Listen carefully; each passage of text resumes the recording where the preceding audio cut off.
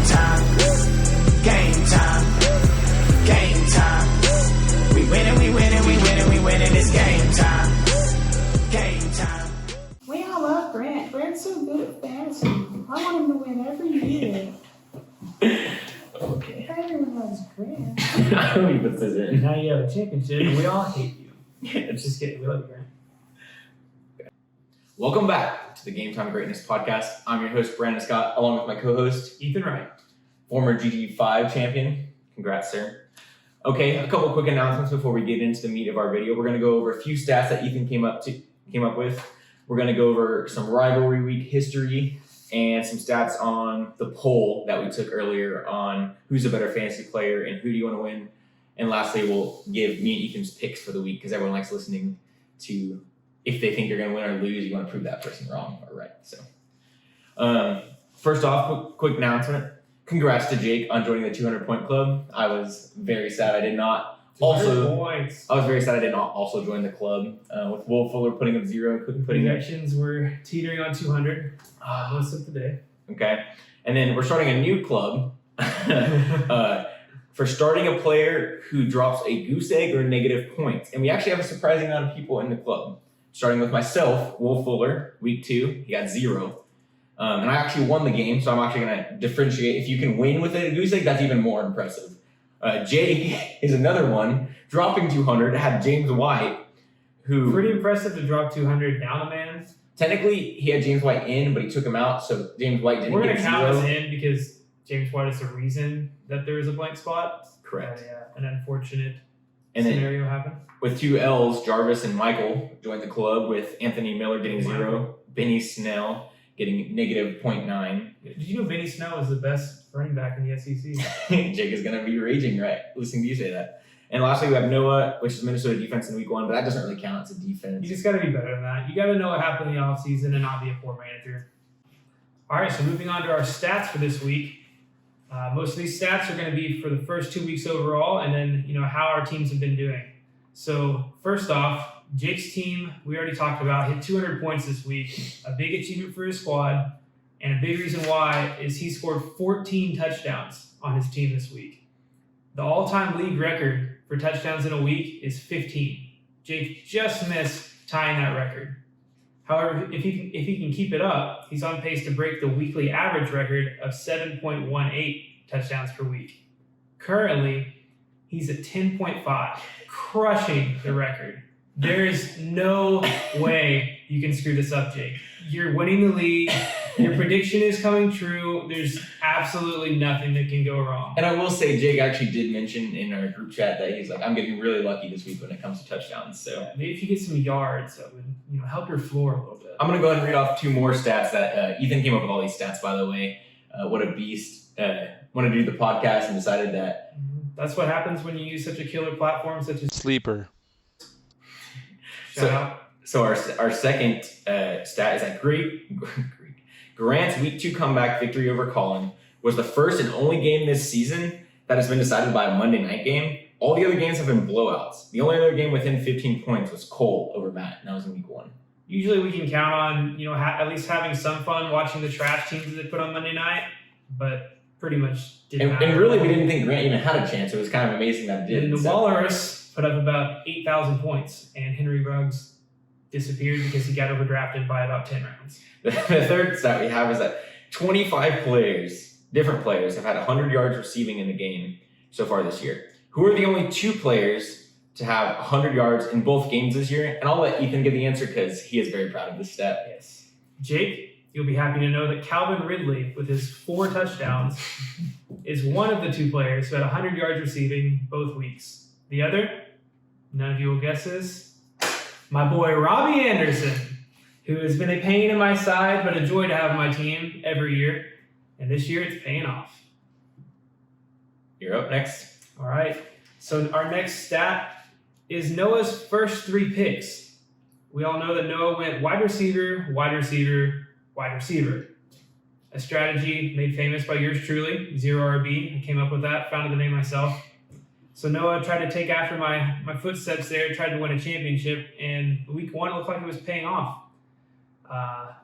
His first 3 picks combined 97 points in week 1. but in week 2, they scored a whopping 17 points. So didn't quite go the way that he had hoped. Speaking of our first 3 picks, that's our next stat. Whose team scored the least combined points from their top 3 picks in the first 2 weeks of the season? It's not Noah, because of his dominant week 1 performance. Coming in 3rd place for least points scored is Matt with 72.6. Also because Miles Sanders didn't play week 1. Sanders didn't play. He knew about it, so it didn't hurt him too bad. Wasn't a huge deal for him. Grant was 71.4 points. Hurts because that's Saquon. R.I.P. Saquon. And then Cole Bennett. I've said, and I'm going to pick against Cole consistently on this podcast when it comes to picks that we do at the end of the show. I think Cole's team is a fraud this year. You can have 61 points. 61 points. You can slot him in for a bottom 3 spot, in my opinion. It didn't help that Kenny Galladay hasn't played a snap this season yet, but still 61 points. Cole, need to pick that up a little bit.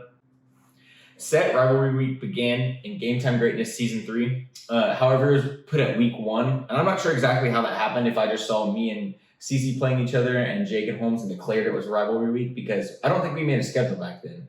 So you probably just did whatever you wanted because that's what you usually do. So I'm not sure how that worked. But 3 of our current rivals were in that original rivalry week. So obviously me and Cece, Jake and Holmes, and then Jarvis and Michael, believe it or not. So they were actually rivals far before the rivalry. Rivals. Before the rivalry ever became so real. Legend has it that's what started rivalry week. So since that original OG rivalry week, we skipped it in GG4 because GG5 is when it really started. Since that OG rivalry week, on weeks that were declared that, I am 5-1 versus Colin Christian. That's expected. Well, I mean, you picked a pretty easy opponent. Jake is 5-1 versus Holmes. Strength of schedule, it matters. Jarvis is 3-0 versus Michael. So pretty big disparity there. These original rivals, I don't know how much rivals they really are at the moment. It's not. Kind of just a beatdown. That's right. And then so GG5 was the first real rivalry week. Since then we've had multiple shuffling around of the rivals due to people coming and going from the league. So we're going to list off the people that are still in the league and what their matchup is against each other. I'll let you start off with you and Zach's. All right, so me and Zach, a classic rivalry. We are tied at 2-2. So this year has some big bragging rights for you. It does, and I really didn't think Zach would be that close to you. Did you think that until I looked? Well, as we discussed earlier today, my first round picks in recent years have decided to not show up or show up and die. So, Zach, once again, you get to play me without a first round pick. So, good luck. The next 2, we have Grant coming in because Grant doesn't have a real rival. He does now with Matt, I think, a little bit better. Like, they don't hate each other at all or anything, but they're good, friendly rivalry. Well, Grant got married, so that kind of started the rivalry right there. So, Grant is 0-1 versus Mike in rivalry week. Apparently, they're bitter rivals to the end. Grant is 1-0 versus Ethan because apparently we took you off of Zach in here. I don't know what happened for that to have happened. Maybe Grant talked a little too much trash. And then Cole and Noah. Cole is beating Noah 3-2. That's another one of the really good matchups. Noah, you're losing. And then Grant is beating Matt 2-1. Obviously, that's more recent. So San Antonio SmackDown. Last thing on this quick history, I will say I have to be rooting for Jake this year. We've won. We're both 5-1. We've won all 5 times together. The 1 year that we lost was on the same year. So I have to root for Jake due to the fact that I will lose if Jake loses. I'll root for Holmes just because he needs some fans.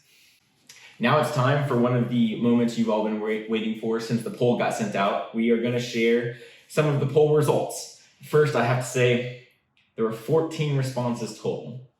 Come on, guys. We're better than that. We have 12 league members. All you got to do is click on it. I really don't know what happened. It's not that hard. So just keep that in mind. These stats might be a little skewed because of that. But all right, Ethan, go ahead and read us off. First, we're going to go through who is the better fantasy player. Our first matchup was Brandon and CC. You know, this wasn't a particularly professional poll. We could vote for ourselves. And somehow still Brandon got 100% of the votes. CC, you're not very confident, and Colin I don't know if we need that kind of weakness in our league. Colin understands that he needs to be smart going into rivalry week. He needs all the good luck and good juju on his side. He doesn't want to upset anything. I don't know, man. Maybe he just looked at his team and was like, dang, I suck. Next, we have Jake and Holmes. Another smacking here. Jake coming in with 92.9%. The only vote Holmes got was himself. And that's actually so disrespectful for Holmes. Holmes has a title and Jake doesn't. I know titles aren't everything, but Holmes has been a pretty solid player. He had 2 or 3 really bad years, and that's just tainted him in the mind of everyone else. Honestly, there was already too many responses. He could have just sent it to Jade and at least got one more vote out of this. I don't know. Next is myself and Zach. Sorry, Zach. It's not as close as our record. It's 78.6 me, 21.4% Zach. Next, we have Grant and Matt. About the same, 71.4% Grant, 28.6% Matt coming in with the underdog. Next, we have Jarvis and Mike. Really, none of these are close. It's kind of one-sided here. Again, Jarvis was 78.6, Mike 21.4. And finally, we have Noah and Cole. Noah, you beat Cole on something. 71.4% to 28.6. All right, next we have up who do you want to win? And I was actually pretty impressed by the first result we're about to read off because I thought I would be my only vote for who you want to win. So I guess I have 1 or 2 other truthers out there that just wanted me to beat down CC like usual. They like the Patriots-Bills rivalry where it's not one. So who do you want to win? I got 28.6%. Colin got 71.4%. Jake and Colin, same kind of deal. It seems like it's pretty inverse for the most part. It's really inverse because they're like, oh, these players are better. Obviously, I want them to lose. Yeah, they generally root for the pretty players selfish of our league. that we voted worst. So Jake got 28.6%, Holmes 71.4%, Ethan 21.4%, Zach 78.6%, which was interesting because that was exactly inverse from the number of who is better. I think that was the only one that was actually exact. It was. Next up, we have, not surprising at all because they're both nice guys, Grant with 50%, Matt at 50%. Like, come on, we can't even like one of you more than the other. Come on. And then next we have Jarvis and Mike, who we're 50-50 on that, which is interesting because that's one of the most heated rivalries this year especially. So that's probably what the 14 responses were for because Mike didn't want to lose the polls. He's like, let's send in. But nobody else could see the results, so he didn't know. And then lastly, we have Noah at 21.4% and Cole Bennett with 78.6%. If you won that poll, it's an insult. Sorry. All right, so to wrap things up, we're going to go over this week's matchups. First matchup of the week is me and Zach. You want to go over your picks there? Yeah, it was really hard for me because I really like Ethan's matchups. They are elite level matchups. But I went with Zach. I think you have a couple of fresh players seeing the starting lineup for the first time. You have some pretty boomer bust players. You have a lot of injuries that happened this week. I'm going to think Zach maybe edges you out in a close one.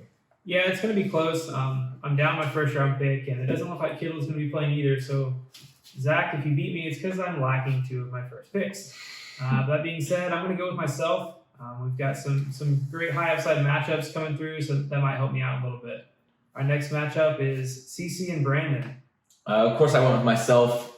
First of all, you got to root for yourself. You have to have confidence. CC, this is how confidence looks. You got to pick yourself always. But I think I'm have a good chance to win, but I also could lose. I might overthink things with some lineup decisions this week, so we'll see what I end up doing. I'm going to go with you as well. Sorry. Next, we've got Mike and Jarvis, our heated rivalry. Who are you taking in this one, Brandon?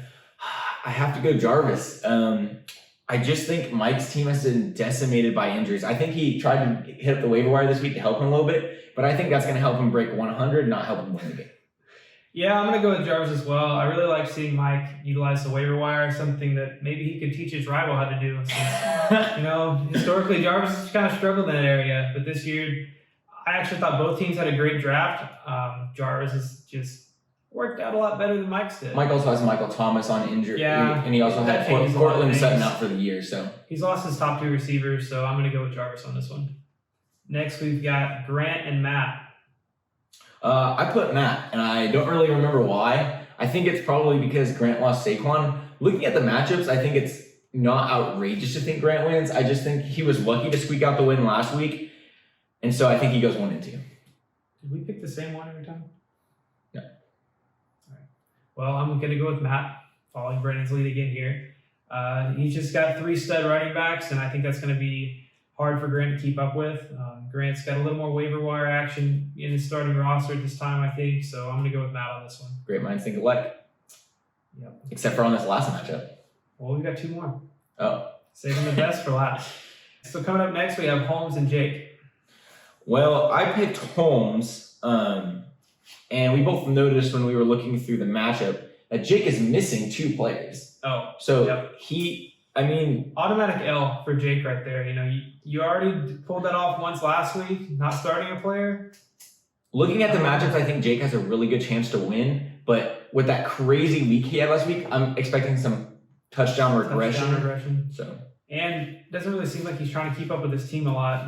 His flex are both empty, so if we're both going to go with Holmes. If Jake goes 1 and 2, I'm interested to see what happens because I think he might start to panic a little bit. Might be a meltdown. Might have to, hide under the bed for a little bit. If he ever plays CC with Kareem on his team, it might be a complete meltdown for Jake's season. Our last matchup of the week is Noah and Cole. I'm going to go with Cole on this one. We talked about Noah's receivers earlier in the episode. Just taking a look at them, his top 2 guys both have broken hamstrings, like they're in multiple pieces. Julio was basically invisible last week against the Cowboys. Can't catch a touchdown to save his life. So I think Cole's going to squeak this one out, and Noah's probably going to go back to spending the rest of his fab on the waiver wire next week. So I went with Noah. And obviously if Adams and Julio are both out, that's going to be a hard stretch for him. I'm assuming neither one of them are going to play. I don't know what to think about it right now. So I picked Noah because I think Cole's team is a fraud. I said it last week on the podcast. I look at his team. I see Derrick Henry. That's nice. 1 little hamstring, and his team is in shambles. So I'm going to vote for Noah, even though he might have to overcome some hard odds this week. Thanks again for tuning in to the Gametime Greatness podcast. Thanks again for my great co-host, Ethan Wright. I believe next week we are looking forward to a podcast from Jake and Jarvis. So we'll see you then. Don't forget to like, comment, and subscribe. Thanks, guys.